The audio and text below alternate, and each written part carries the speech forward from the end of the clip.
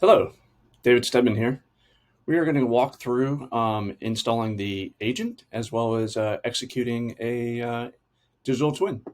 First, we're going to download the actual installer. Once that is done downloading, we're going to copy it to our machine.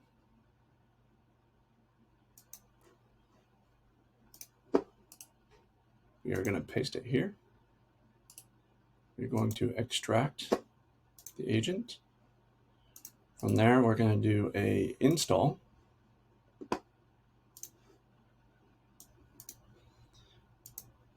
We're going to go ahead, install it.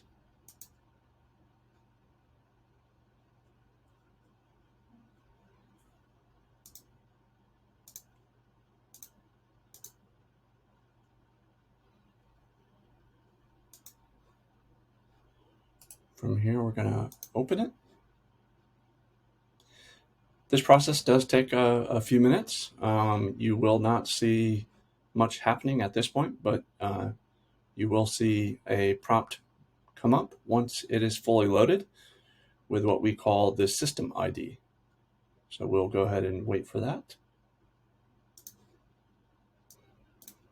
We do have our system ID, or what we call our UUID. We're going to hit OK. That will copy it to the clipboard. To register the machine, we're going to go to Systems, and we're going to add a new system.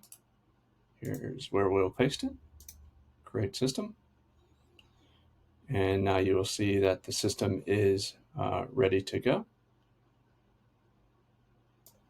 Now we want to actually create an image or digital twin of this system. So we're going to go to See Details, going to go to Images, and we're going to create an image.